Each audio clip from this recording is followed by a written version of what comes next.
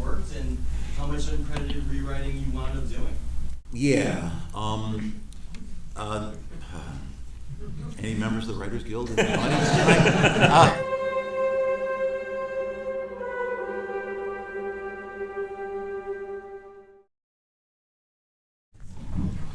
Hi everybody, my name is Jim Hemphill. I'll be your Master of Ceremonies tonight.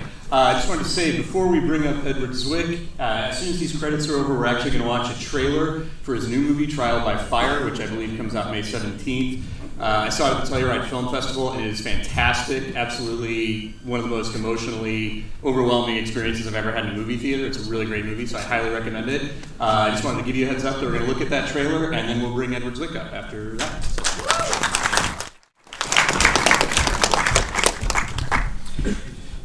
Ladies and gentlemen, please join me in welcoming the director of Glory, Edward Zwick.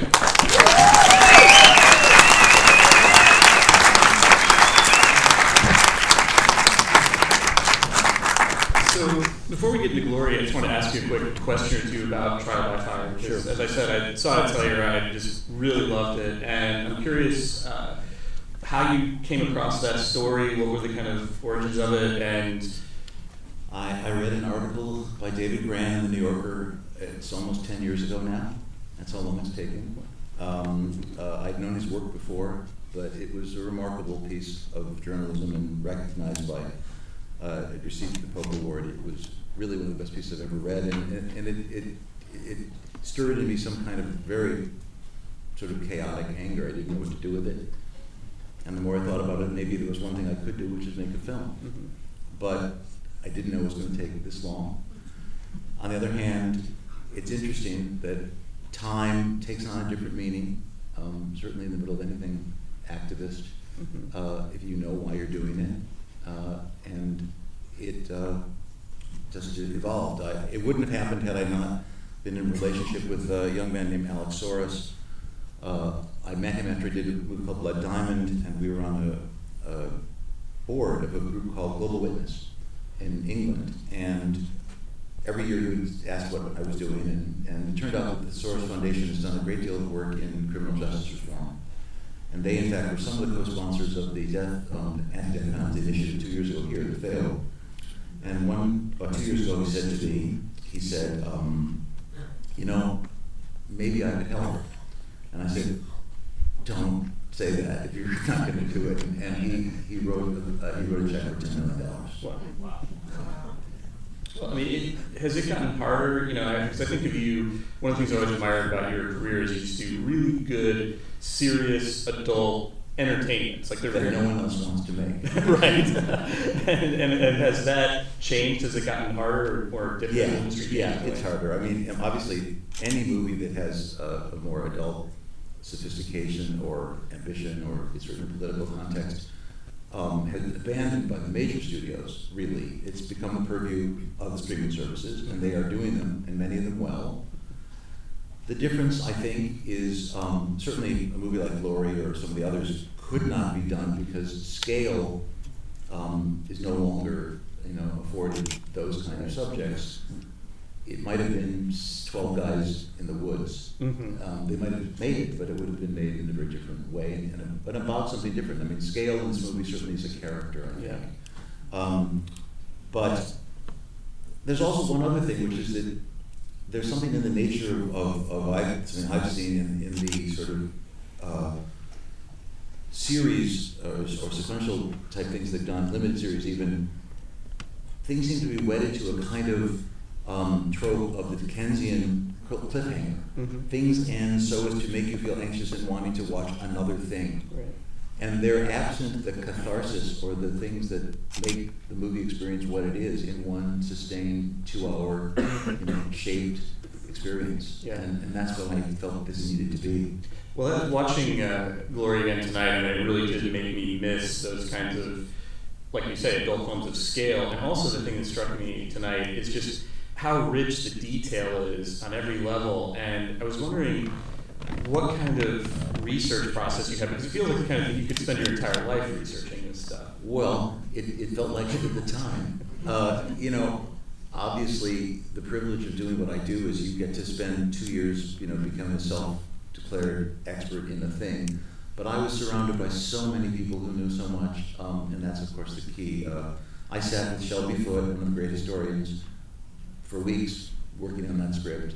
Every one of those reenactors is a self-professed living historian. They have studied, they know all the detail, all of the nuance of tactics and equipment, and even they would assume even the identities of certain characters and regiments, and that also became difficult when I might ask them to do something that was somewhat different than what was the absolute truth. But no, without them, it couldn't have been made, because we made the movie for $19 million.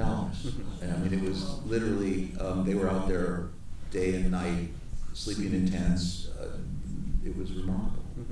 Well, and again, thinking about the scale of it, before this, you had directed About Last Night, which is a great movie, but much more modest in terms of ambition, and you've done some television, things like that. This, to me, seems like it was a huge leap in terms of scale and logistics. It just seems so complicated. What were some of the challenges for you as a young filmmaker going to that level? I spent a lot of time looking at Kurosawa's Ran. I looked at a lot of other movies, certainly. I surrounded myself with, so again, people who knew much more than I did, and it was just one of those things where the movie itself, it took on a life of its own, not just for me. And I know we look at all those things like the scale and the battles and all of that, but I discovered that, in fact, it was about, the beating heart of a story and these characters and their relationships. And ultimately, it was doing the very same thing that I had done in the comedy or in television. You just have to do it a lot slower with a lot of redundancy, and I had to slow myself down and come to understand that I couldn't make a thing happen. I had to, allow it to unfold, and that taught me a great deal. Well, in terms of needing sort of patience, another thing that struck me watching it tonight was just how the battle sequences have so many pieces. Like, I like to think of sitting there was just how much time must this have taken to get all these pieces. Well, imagine having, been brought up doing television and having to do 8 or 9 pages a day, and then starting a shooting day, and it now reaching the 7th or 8th hour, and you haven't got a shot, and the studio is calling, and feeling that pressure. The other thing to think about when I look at this movie, having just watched the end of, or the most recent episode of Game of Thrones, is that these were all people. They used a lot of people, but I realized I was talking to somebody who works on the show, and they spent 55 days shooting that battle. We spent 55 days shooting this movie. Right.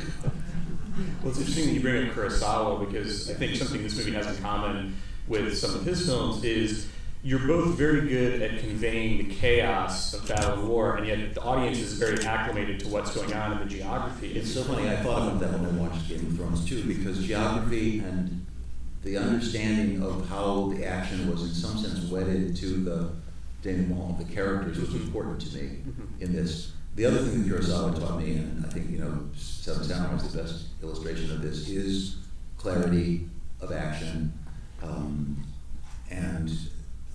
It was just, Well, another thing that's interesting about the movie is your approach to violence, because in my memory, it was a really gory movie. And then tonight, watching it again, I realized there's almost no gore in it, except for you get very early on, you get the guy's head blown. Well, that was it. If you put that, we decided if we could put that in the audience's mind, because we couldn't have the time or the money to actually do that even, and the studio wouldn't let us.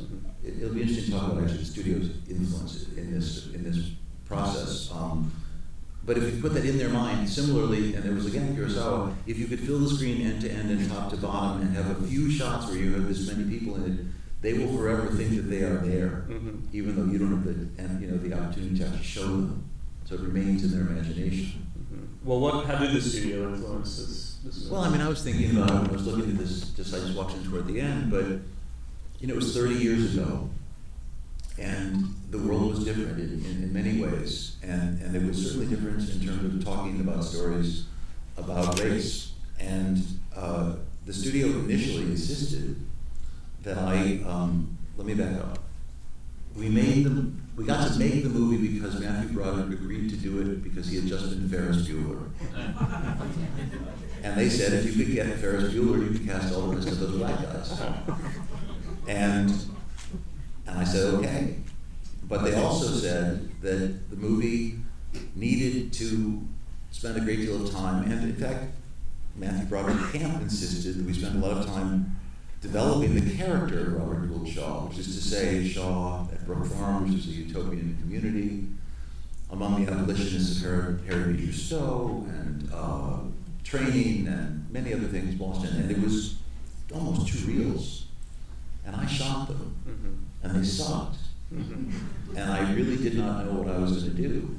And it wasn't until the first night that we shot that scene, the first scene in the tent with Jimmy and Andre and Denzel, Morgan, that I looked and I said, oh my God, there's the movie. It was there. And I began writing more for them. And when I then showed the movie to the studio, I cut the first 2 reels. And I did it very calculatedly in the midst of a preview. And the movie previewed well. So they just shut up and they took it. Well, I wanted to ask a little bit about the casting, especially Andre Brower, because I don't think he was in anything before. No, Mary Cahoon, who is no longer alive, was a wonderful casting director.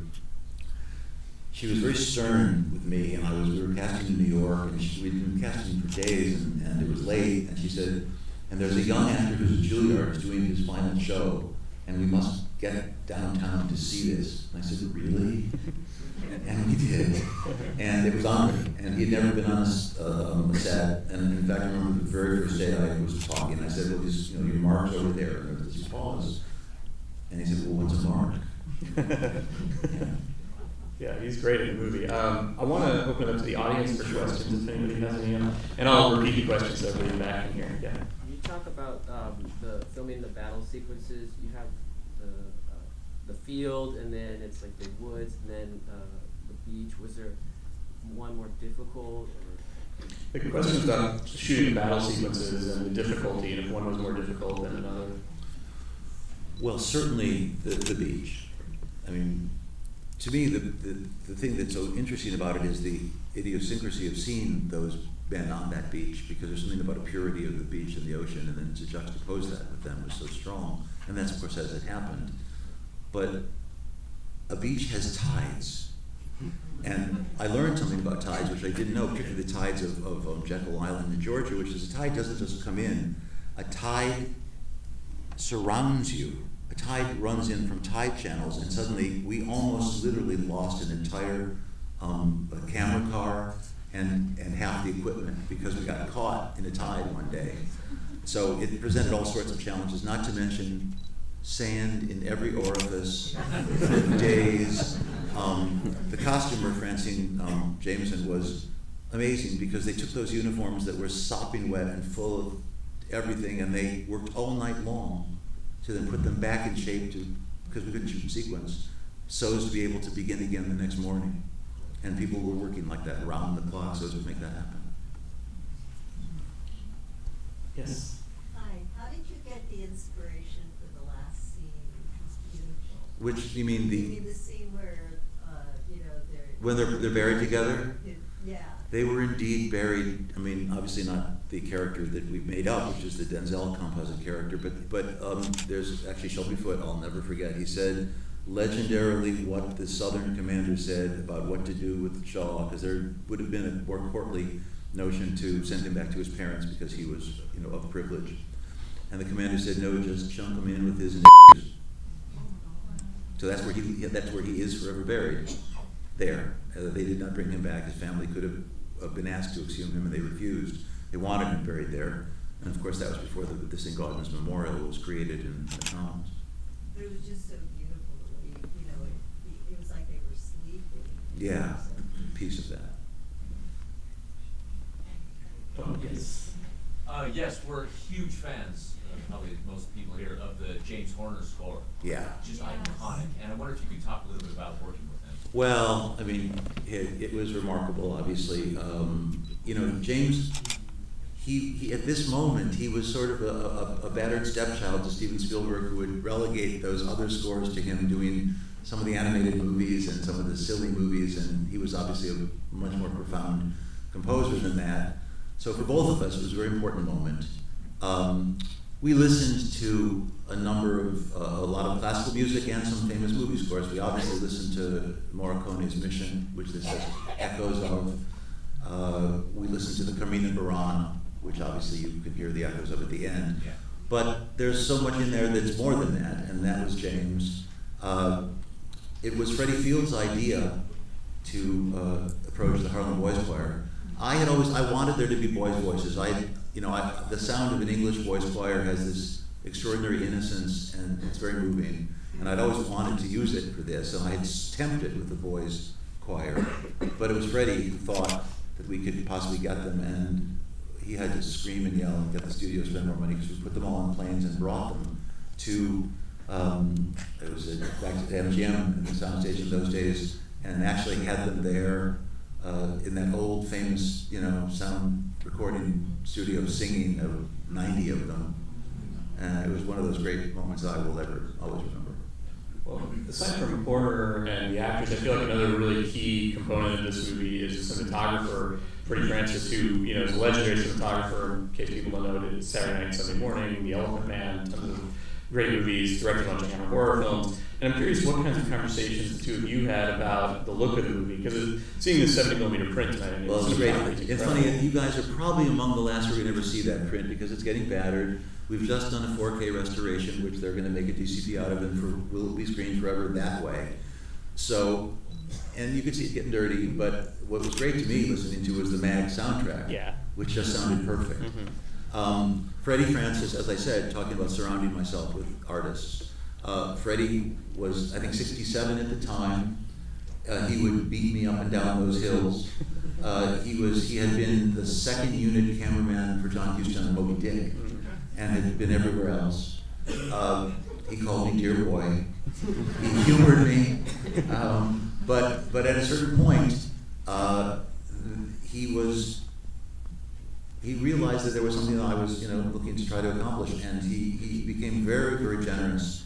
There was someone else, a friend of mine named Dan Lerner, who had been a great camera operator, who shot the second unit on this, and it was Dan who, when we realized that we just had not enough money and we were getting unbelievable stick from the studio, but we wanted to have this night battle, that he insisted that I had to do it, and without it, it would not have been the same movie without that. What it took to shoot a night is a whole other story, but yeah. Was there another question back there? He asked a really smart question, and it was going to be my question. Oh, okay. This is not so much a question, but I'm so glad that I saw that you were here tonight, because I first saw your movie, the movie Glory, 30 years ago when it first came out, and I happened to be working in Alabama at the time, which needed another little aspect. And I saw it twice in the theater. This is the third time, but I think I've probably seen it at least 8 to 10 times, and it affects me the same way. It's been the top film of mine. And I'm 71 years old, so I've seen a lot of movies. This is Well, the very first time I saw it, and it moves me as much. It's not yet a question, but I'll listen, my experience of it is maybe not unlike yours, which is to say, there came a moment very quickly in the process where I realized that I was in the presence of something much larger than myself, and that is the story. And that these men, those guys, were in some state of rapture. And the best thing I could really do is just get the hell out of their way and tell it as best I could and as honestly as I could. But there is something in certain stories that have something eternal and something ineffable that moves you. And why is that? Because it's about dignity, because it's about standing up for beliefs. And, when they wanted me to do all that stuff in the movie, they wanted me to make it into a white savior narrative. And it isn't that. And, that's what's remarkable to me about seeing it now and seeing, in fact, what movie culture is now as compared to what it was then. It's a different movie now, and will continue. It will change, you know, and things about it. In fact, maybe I would have done differently, but you know, it's what it is. It's the most inspiring thing ever. Well, Yeah, I just wanted to kind of piggyback that actually, because I've never seen it on a big screen. Mhm. This is the first time I've ever seen it. It's like, I remember seeing it on like VHS back in like 1991 or whatever. you're and dating so, yourself. Yeah, and so I just want to say thank you because it's like one of my all-time favorite movies. Oh, that's great. So, and that opening monologue, I thought was actually kind of eerily timely to kind of like what's going on now, what Matthew Broderick was saying, and it's just kind of weird how that movie has aged really well. So thank you. That's all. Any questions that ended in a question mark? Kind of. Leon who carries the flag at the end. Yeah, that is Leon. You know Leon? Yeah, because that's the guy. Oh, well, yeah, listen, I mean, the guys who came, many of them were military. One guy was the sergeant major of the U.S. Army, actually, who kicked all our ass. I have a question. Oh, you have a question? Okay. How much direction did you have to give Denzel Washington? How much direction? I just came back, actually. I was at the American Film Institute doing this question and answer for his Life Achievement Award he's about to. And I asked him, and I said, because there were students there, about 200 students, and he was talking to them. I said, well, what's your favorite kind of director? And he said, one that really doesn't have a lot to say. That's not true of every actor. It's true of him. There's nothing, I don't think there's a piece of film he's ever shot that isn't printable. But it's a little bit like driving a Ferrari. You only have to turn the wheel a little bit and it goes zooming around the corner. So, in fact, he is interested in direction. Most of the direction takes place before the fact. It's in research, it's in the conversations you have, it's when you're talking about the script. But when he goes into that process, there's something that I cannot describe and could never teach and to just come to accept that happens. And with him, you've seen it again and again and again. Okay, we have time for one more, so I'm going to go up there and back.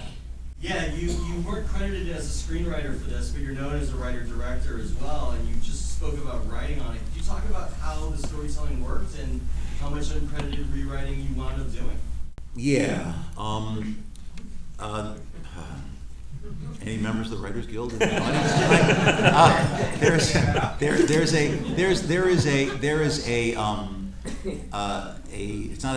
It's more than a tradition. It's a Writers Guild, I guess, stipulation, which is that if someone directs a movie, they have to be demonstrated to have written, I think it's more than 60% of the script, something like that. And I did not rewrite 60% of the script. Maybe 59% of the script.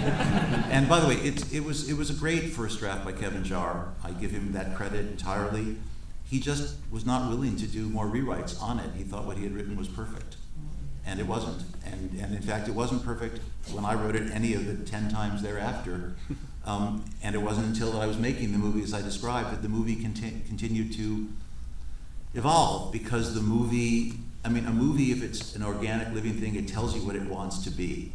And if you have to pay attention, and it's a hard thing to pay attention to get past your own expectations and your anxieties to actually see what's happening on the screen. But they do evolve, as did this one. Yeah, well, I think it did evolve into a nearly perfect movie, if not a perfect movie. So I want to thank you so much for coming and talking to us about it. And everybody go see Trial by Fire. I highly recommend it.